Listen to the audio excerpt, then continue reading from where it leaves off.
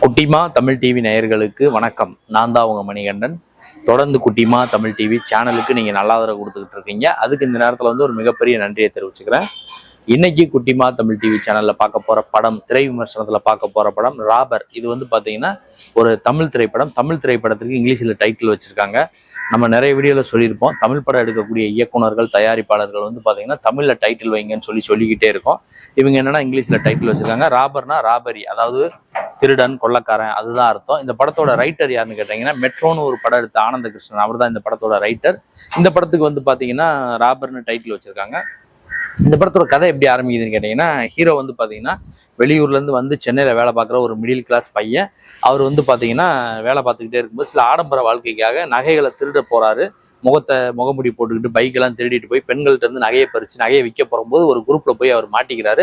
மாட்டிக்கிட்டவர் அதுல இருந்து தப்பிச்சாரா இல்லையா, இவர் எதுக்காக இந்த நகையெல்லாம் பறிக்க ஆரம்பிச்சாரு, இதுக்கெல்லாம் விடை சொல்றதா இந்த ராபர் படத்தோட முழு நீள திரைக்கதையா அமைஞ்சிருக்கு. இதுல பாத்தீங்கன்னா இந்த படத்துக்கு டைட்டில் பாத்தீங்கன்னா மெட்ரோ 2ன்னு கூட வச்சிருந்திருக்கலாம். ஏன்னு கேட்டீங்கன்னா, மெட்ரோன்னு ஒரு படம் பாத்தீங்கன்னா சில ஆண்டுகளுக்கு முன்னாடி வந்தது.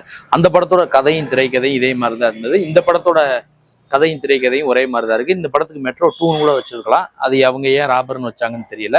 அதுவும் இதுவும் கிட்டத்தட்ட சேமா தான் இருக்கு. இப்போ பாத்தீங்கன்னா, இப்ப வரக்கூடிய கடந்த சில ஆண்டுகளா வரக்கூடிய படங்கள் பாத்தீங்கன்னா, வில்லன் என்ன வேலை செய்வாரோ அதைத்தான் இப்ப ஹீரோ செய்யறாங்க. ஏன்னா புஷ்பா 2ல பாத்தீங்கன்னா சந்தன மரம் கடத்துறதே ஹீரோ தான்.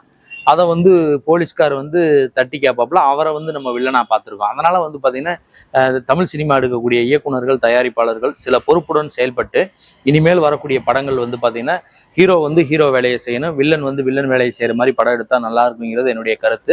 ஏன்னு கேட்டீங்கன்னா, இதுல வில்லனை நோக்கியே கதை எல்லாமே போகுது. ஜெயபிரகாஷ் பாத்தீங்கன்னா ஒரு பொண்ணோட அப்பாவா அந்த பையனை பழி வாங்குறக்கா ஒரு பக்கம் வந்துகிட்டு அவருடைய கேரக்டர் நல்லா இருக்கு. இந்த படம் பாத்தீங்கன்னா படத்தோட பின்னணி இசையும் பாடல்களும் ரொம்பவே சூப்பரா இருக்கு. பின்னணி இசை தான் மிரட்டலா இருக்கு. இருந்தாலும் பாத்தீங்கன்னா இந்த படம் பாத்தீங்கன்னா சென்சார் போர்டில் ஏ சர்டிபிகேட் கொடுத்துருக்கிறதுனால 18 வயசுக்கு மேற்பட்டவங்க தான் இந்த படத்தை போய் பார்க்க முடியும்.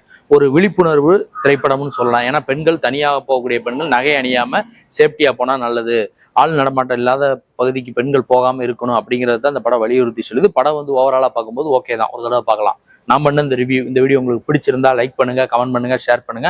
மறக்காம குட்டிமா தமிழ் டிவி இந்த சேனலை சப்ஸ்கிரைப் பண்ணாதவங்களா இருந்தால் ஒரு தடவை பண்ணுங்க. பண்ணவங்க பெல் பட்டனை சேர்த்து அழுத்துங்க. அடுத்த வீடியோல இதே மாதிரி ஒரு திரை விமர்சனம் அல்லது சினிமா செய்தி அல்லது இதர செய்தியோட மீண்டும் நான் உங்களை சந்திக்கிறேன். குட்டிமா தமிழ் டிவி சேனலை பார்த்து ரசிச்சுக்கிட்டு இருக்க நேயர்களுக்கும், ரசிகர்களுக்கும், பொதுமக்களுக்கும் நெஞ்சார்ந்த நன்றிகள்.